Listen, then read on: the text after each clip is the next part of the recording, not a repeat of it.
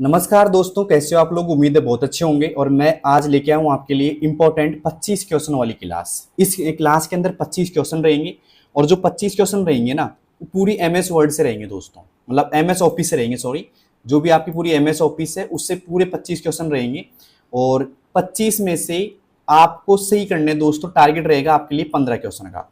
जो बंदा 15 क्वेश्चन सही कर देता है, मैं मानूंगा कि उसकी तैयारी जबरदस्त है कंप्यूटर के अंदर। ठीक है, और किसके 25 में 25 सही होते हैं वो भी मुझे एंड में जाके बताएगा। ठीक है, कि भाई मेरे कितने सही हुए, आप एंड में बताना। मैं हर एक चीज को समझाने की पूरी कोशिश करूंगा और आपको अच्छी तरह समझ में भी आ जाएगा। ठीक है, तो उन लोगों के पास शेयर भी आप कर सकते हो जो अभी कंप्यूटर की कोई सी भी एग्जाम की तैयारी कर रहे हैं। ठीक है, और अब स्टार्ट करते हैं आज का पहला सवाल।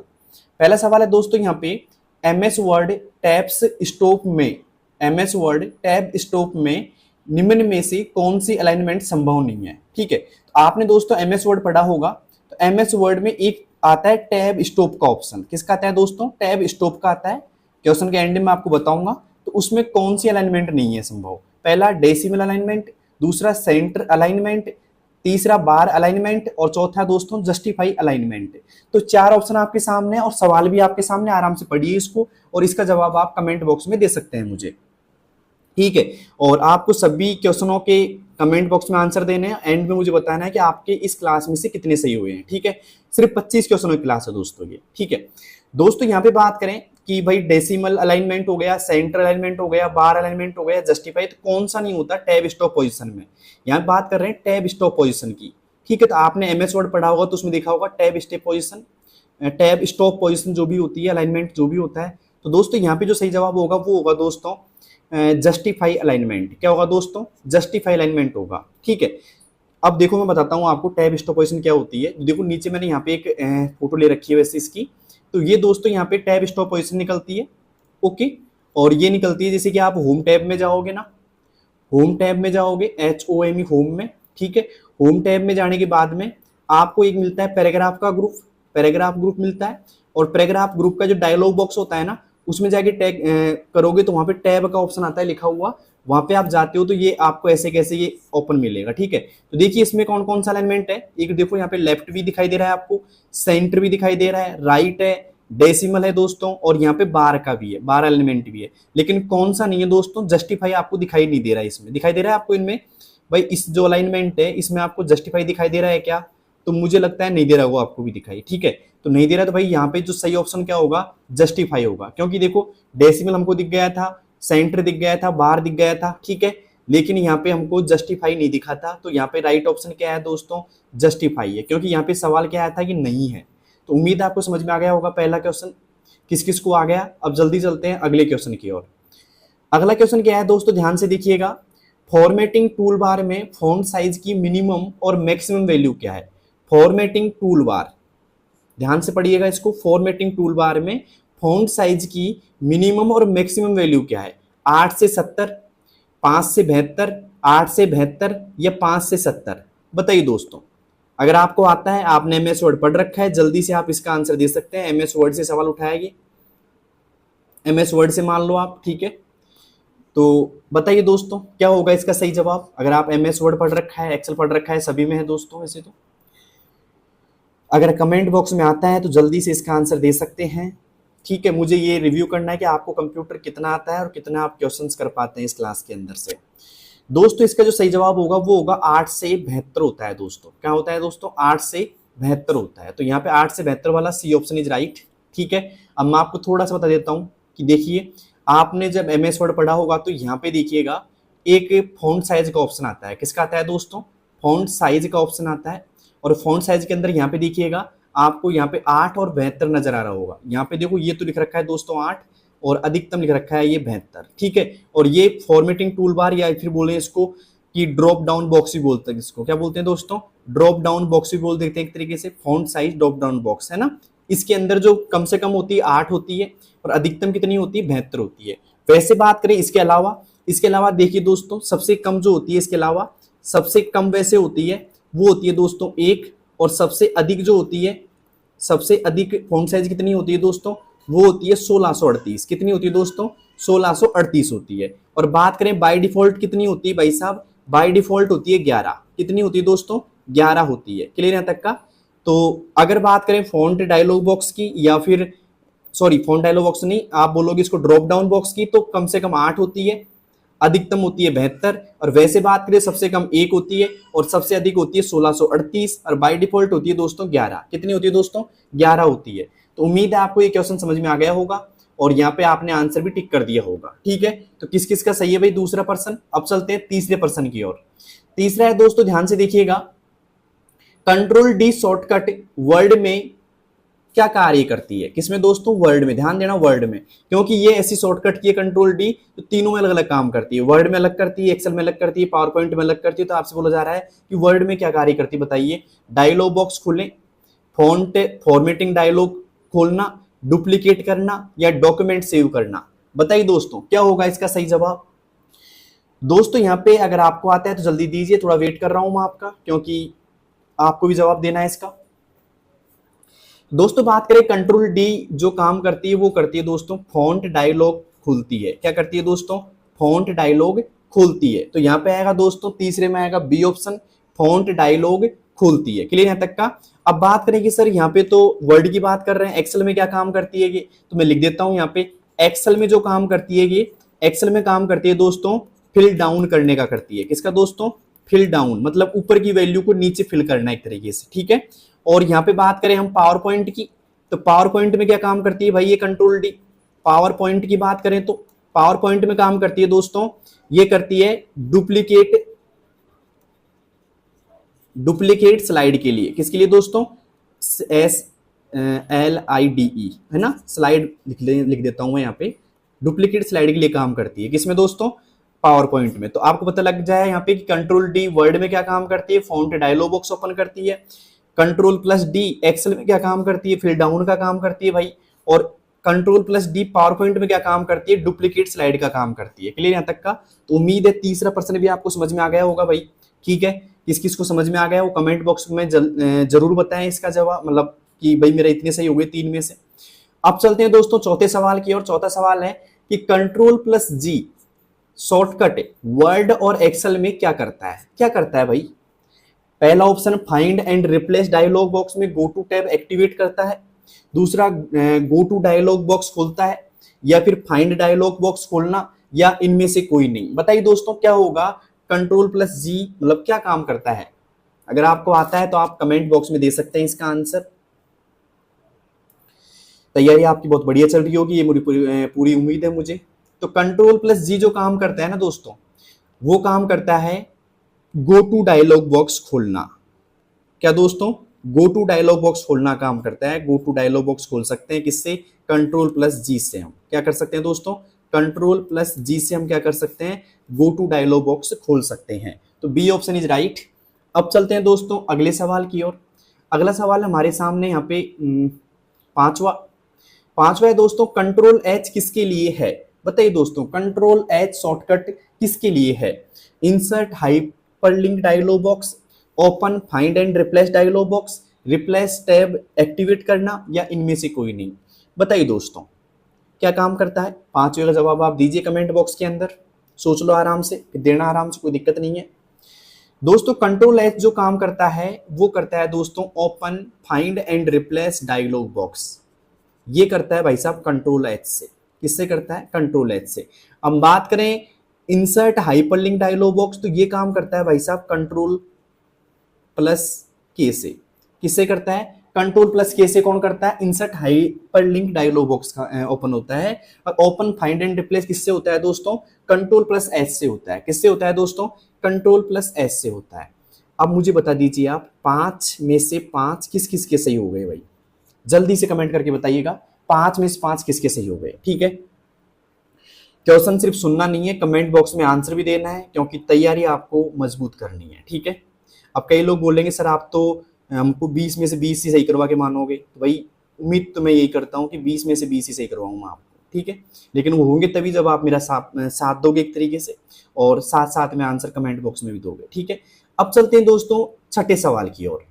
छठा सवाल है दोस्तों, हेडर और फुटर बाय डिफॉल्ट किस पेज पर प्रिंट होते हैं? बताइए दोस्तों हेडर और फुटर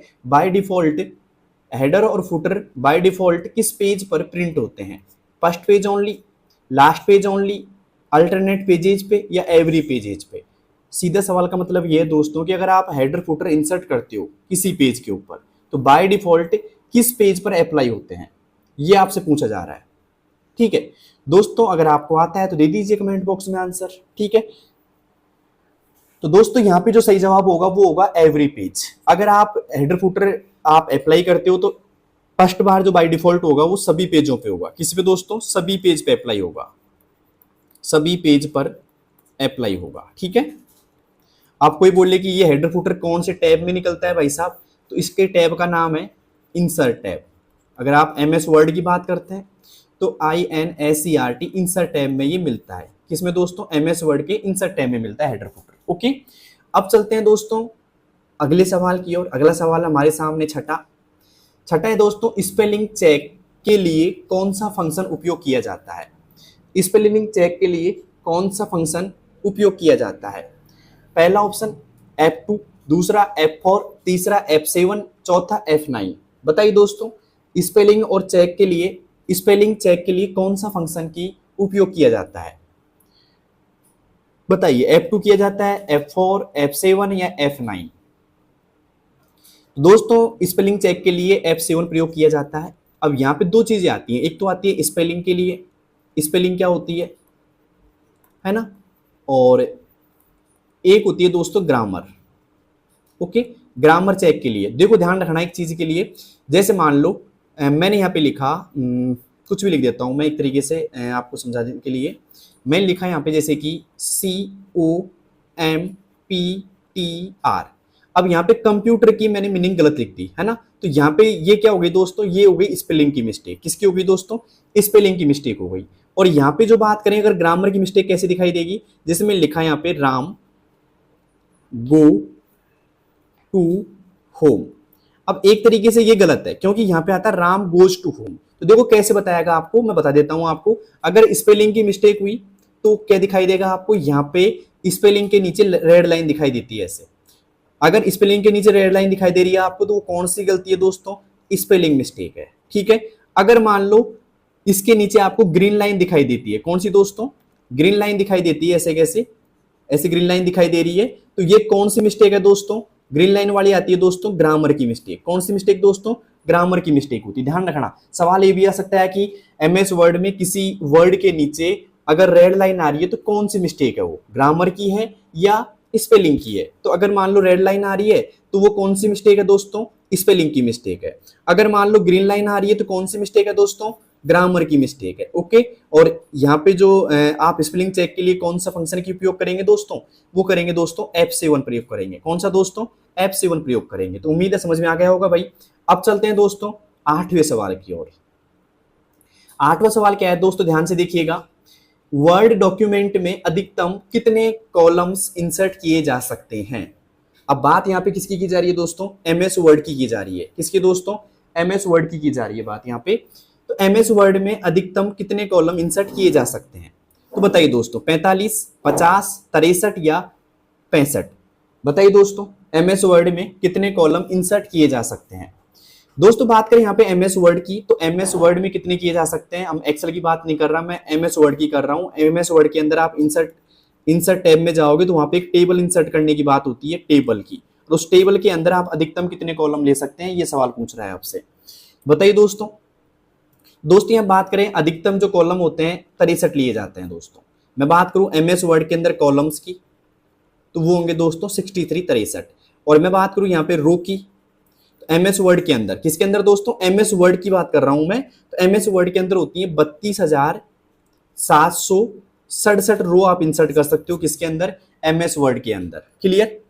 ओके, तो दोनों ध्यान रखना, महत्वपूर्ण क्वेश्चन बन सकते हैं यहाँ से। और किस किस का जवाब सही था भाई इसमें जल्दी बताइए आप कमेंट बॉक्स के अंदर। अब चलते हैं दोस्तों अगले सवाल की ओर। अगला सवाल हमारे सामने 9वां, बुक मार्क्स का उपयोग किस लिए किया जाता है? बुक मार्क्स का उपयोग किसके लिए किया जाता है? तो यहाँ पे पहला ऑप्शन आ रहा है डॉक्यूमेंट को एक विशेष लोकेशन पर सेव करने के लिए, वेब पेज URL को फ्यूचर रेफरेंस के लिए सेव करने के लिए, या डॉक्यूमेंट में कहीं भी स्पेसिफिक जगह पर जंप करने के लिए, या अलाइनमेंट सेटिंग को सेव करने के लिए। बताइए दोस्तों, बुकमार्क आपने पढ़े होंगे, तो बुकमार्क का जो उपयोग होता है दोस्तों वो क्यों किया जाता है, ये पूछ रहा है सवाल आपसे। दोस्तों बात करें बुकमार्क्स की यहाँ पे, तो बुकमार्क्स का जो उपयोग किया जाता है तो वो किया जाता है दोस्तों यहाँ पे डॉक्यूमेंट में कहीं भी स्पेसिफिक जगह पर जंप करने के लिए। मतलब आप पहले जगह सेट करनी पड़ेगी भाई, बुकमार्क सेट करना पड़ेगा आपको, बुकमार्क ऐड जो कर दिया आपने वहीं पे आप एक तरीके से जंप कर सकते हैं सीधा ही, ठीक है। तो ये समय बचाता है एक तरीके से आपका। तो यहाँ पे आएगा सी ऑप्शन, डॉक्यूमेंट में कहीं भी स्पेसिफिक जगह पर जंप करने के लिए। ओके, तो उम्मीद है समझ में आ गया होगा आपको ये। अब चलते हैं दोस्तों अगले सवाल की ओर। अगला सवाल हमारे सामने 10वां, माक्रोस क्या है? छोटा add on program, high level programming, या फिर लो लेवल प्रोग्रामिंग, या small program in Word using VBA to automate task. बताइए दोस्तों क्या होगा इसका सही जवाब। अगर आपने माक्रोस पढ़ा होगा तो आपको पता होगा।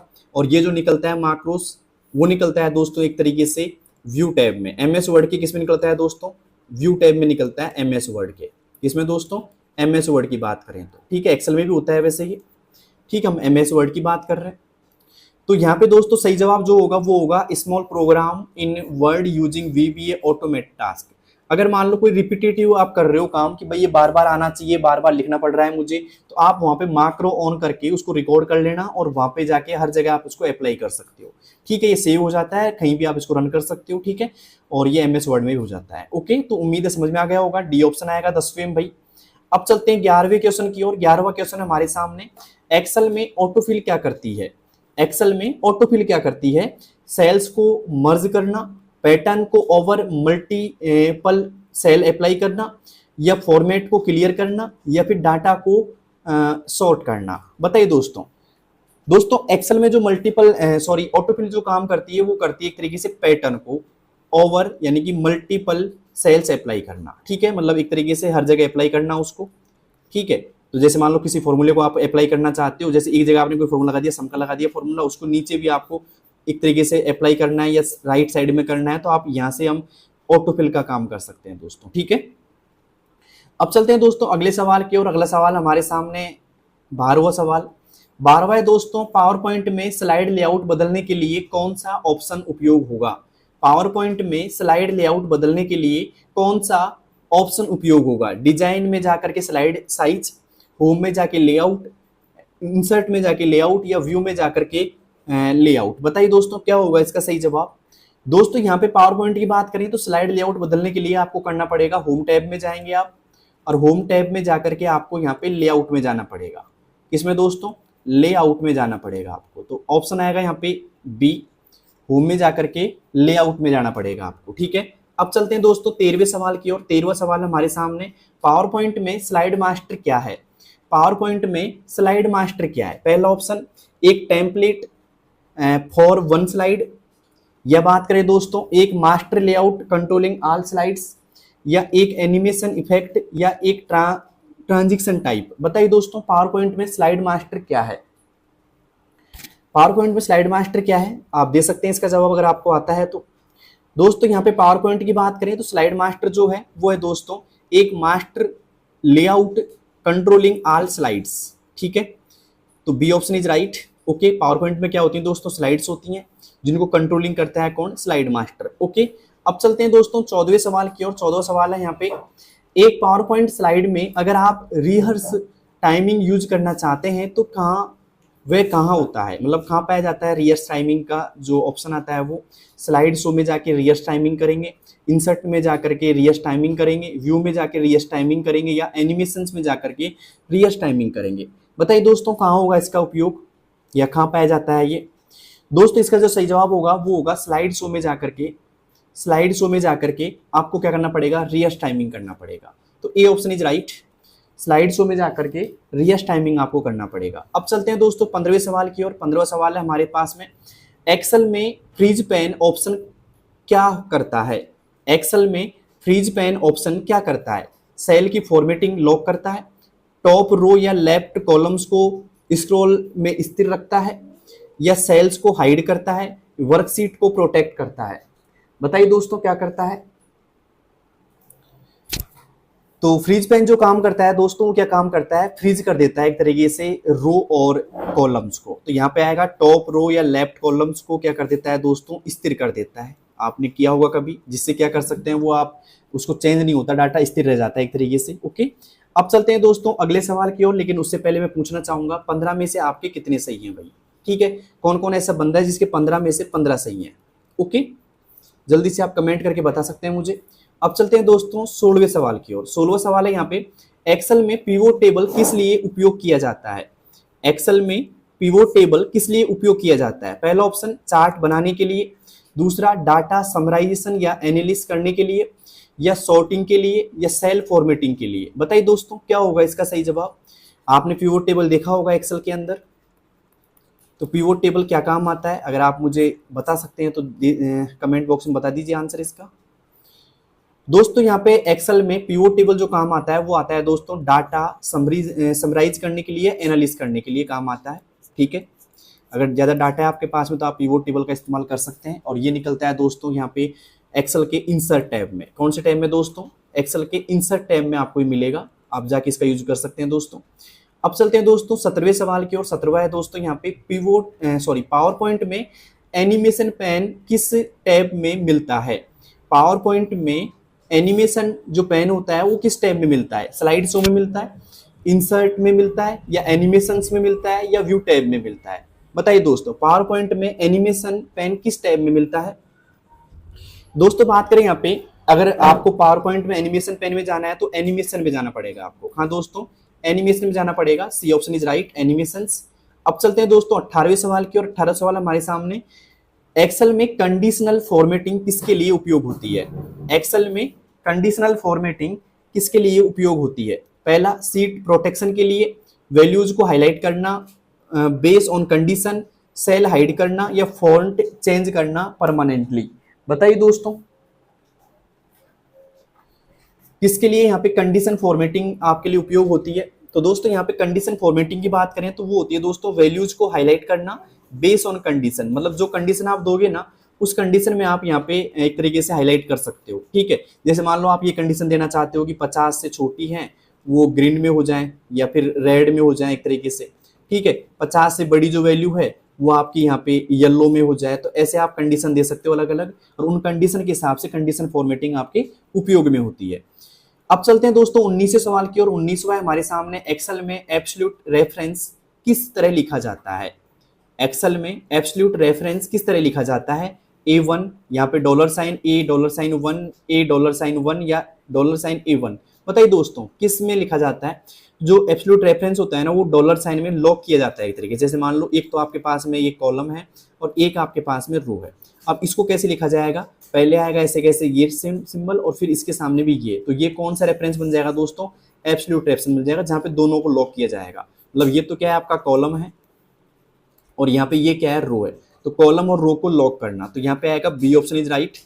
ओके, तो उम्मीद है समझ में आ गया होगा किस किस का सही है भाई, जल्दी से कमेंट बॉक्स में बताना। और एक सवाल मैं आपके लिए दे रहा हूँ कि भाई एक्सेल के अंदर टोटल कॉलम कितने होते हैं। एक्सेल 2019 की बात करें तो उसमें टोटल कॉलम कितने हैं। तो दोस्तों यहाँ पे बात करें 16,384 होते हैं, वैसे मैंने बता दिया कोई बात नहीं। अब चलते हैं दोस्तों अगले सवाल की ओर। अगला सवाल है हमारे सामने 20वां है दोस्तों। यहाँ पे वर्ड में ट्रैक चेंजेज फीचर किसके लिए होती है। वर्ड में ट्रैक चेंजेज फीचर किसके लिए होती है। डॉक्यूमेंट को लॉक करने के लिए, चेंजेस जैसे कि इंसर्टेशन और डिलीशन को रिकॉर्ड करने के लिए, या स्पेल चेकिंग के लिए, या प्रिंट प्रीव्यू के लिए, या दिखाने के लिए। बताइए दोस्तों ट्रैक चेंजेस किस काम आता है। दोस्तों यहाँ पे बात करें MS वर्ड की तो बताइए जल्दी से किसमें काम आता है।